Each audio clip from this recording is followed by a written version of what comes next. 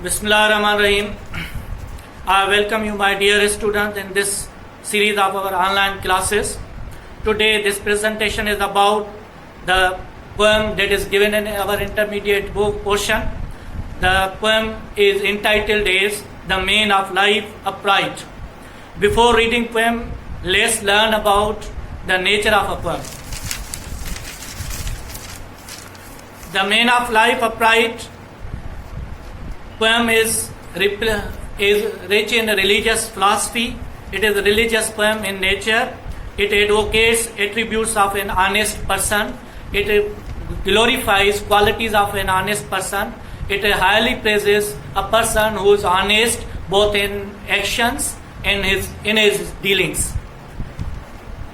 And the poem stresses that only one great quality and noble virtue in this world is leading honest life. And every religion eulogizes a person who is honest in his dealings, who is honest in his thought, who is honest in his actions. So, in every religion, honesty, sincerity occupies great position. Before reading poem, it was all about the nature of a poem, and after the nature of poem, let's learn about the writer and author of a poem. Introduction of a poet. He is a poet, basically Thomas Campion. He is a poet of Elizabethan era. He has richly contributed in religious writings. His style is simple, quiet, clear, and lucid.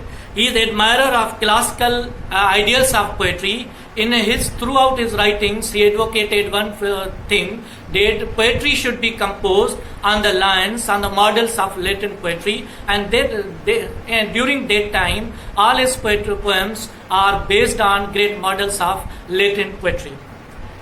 And he was versatile writer. He had been great scholar. He started many professions, like he had been a doctor, he was a religious scholar. Besides this, he was a poet, he was a musician, and he never stuck to one thing. The great discipline, profession that won him great honor and recognition, that is his composition, his interest in poetry. That was all about introduction of a poet. So now let's learn about a poem. That poem is Main of Life Upright. The poem is divided in different stanzas, and the rhyming scheme of a stanza is that second line rhymes with fourth line. So in this poem there are only 6 stanzas. Let's begin. The main of life upright, whose guiltless heart is free from all dishonest deeds or thought of vanity. In this the explanation goes like this, that in this stanza poet conveys, the very beginning poet gives the idea of a person who is quite honest, a person who believes in sincerity, a person who leads a life, and a person whose heart is guiltless, who has no grudge in his heart, whose heart is free from servile bonds, whose heart is free from envy, whose heart is free from worldly prejudices, whose heart is free from envious nature. His heart is purity. In his heart only there is a purity. So he is a pure at heart. He is not befooled or deceived by dishonest dealings, and he is not proud one. Rather, he believes leading simple life. He is not egoist one. He is not proud one. In this stanza, he condemns egoism. He condemns vanity. He condemns pride, and he draws our attention towards a great philosophy that man should be honest, man should be upright in his dealings, man should condemn vanity, man should condemn prejudices. The next stanza is that men whose silent days in harmless joys are spent, whom hopes cannot delude, nor sorrow discontent. In this stanza, he said that he spends his days working honestly. He spends his days without giving any harm to anyone. He does not believe that he does not enjoy harming others. Rather, he is a pathetic person. He feels troubles of others. He does not believe. He does not give troubles to others, and he is not befooled by the people who, and he hates people who gives troubles to others. And he is not a sorrowful one. He hates sorrow. He does not. If any sorrow, any grief comes to him, he shows patience. He shows valor. He shows courage and bears it. And he thinks that calamity, that tragedy to me is given by Almighty Allah, and I should be patient. I should be thankful to Him for His troubles and worries, for troubles and worries that He has given to me. And He is a person, a sort of person who is passionate. The man needs neither towers nor armor for defense, nor secret walls to fly from thunder's violence. In this stanza, the writer has given the idea about the man, that this man has no fears. He does not fear anyone. He is not afraid of any person. He thinks that no one is going to harm me. And for refraining or avoiding from the troubles and dangers from the world, he does not build big houses for his defense. He does not live in towers, in walls. He rather lives a simple life. He lives in a simple home. His home is simple, and because he has firm determination, believe in God. The next stanza thus goes: He can only behold with unaffrighted eyes the horrors of the deep and terrors of the sky. He is not afraid of terrors that are in troubles and worries in the world, nor he is afraid of any calamity, any danger that comes from the sky, that comes from the nature. He is ready to face every difficulty, to face every trouble, to face every tribulation, because he has firm belief in his conviction that whatever will come to me, I will welcome it, because nothing can harm me. If it is written in my destiny, it will ultimately come to me. Otherwise, what God has decided, because he has firm belief in God, that if God gives me trouble, I welcome it. And he thinks that world is short time, and he considers world a short abode to live in.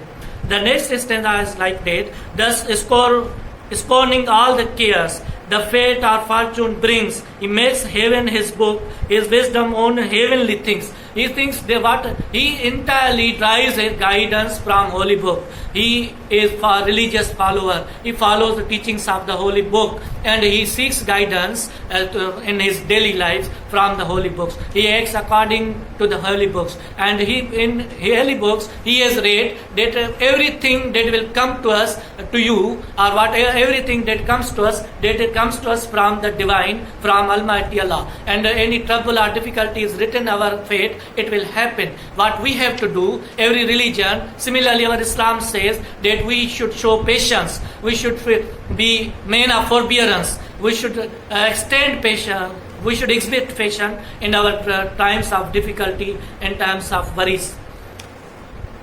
The last stanza states: God, good thoughts his only friends, his wealth a well-spent age, the earth is sober in and quiet pilgrimage. His only thoughts, he is guided by good thoughts, he is guided by gentle thinking, he is guided by noble thinking, he is guided by noble virtues, noble ideals, and these ideals are entirely based on religious teachings. And whatever he has experienced, he has experienced throughout his life. And the whole life philosophy that is governed by him is based on his rich experience of life. He has experienced in his life that virtuous man leads pure life. He believes that only virtue, honesty, sincerity are noble virtues, and these virtues are appreciated by everyone in this world. So he thinks that the world is short lived. In this world we are for short time. We are temporarily we are here. The actual life will begin after death, and he is not afraid of death. He thinks that death to me is like a bridge, and one day everyone have to pass that bridge, and the actual life will begin after death, where we will be presented before Almighty Allah, where we will live in paradise. The actual life starts with paradise. It starts in paradise. This world is temporary abode. This world is temporary house, and in this temporary life, what is our duty as a human being, as a noble human being, is duty to serve God, to serve humanity, to follow the commandments and injunctions of God, to follow religious teachings. Only our solution lies in religious teachings. And this moral life is based on our immortal life. That immortal life everyone will have after death. So he thinks death to him, death is temporary. To him, death occupies a place of a bridge. And after death, he will meet his Maker. After death, everybody will meet meet his Almighty Lord. So in this, the whole poem is based on religious philosophy. Like we previously studied the poem that was Character of Happy Life. In that Character of Happy Life, a person whose noble character was shown, we were taught. We learned about it. In this poem, we are learning that honesty, purity, uprightness these are the virtues that everyone should adopt in his life. And a noble person is one who is honest in his dealings, who is honest in his thoughts, who is not befooled by anyone, who has no fear to fall, who has no fear to, who does not pursue worldly recognition, worldly fame, and he hates worldly fame and recognition. He strongly believes in service of humanity, in service of God. He is man with a strong conviction, a strong belief in God, a strong belief in religion. This was all about our poem. Thank you, my dear students, and thank you very much.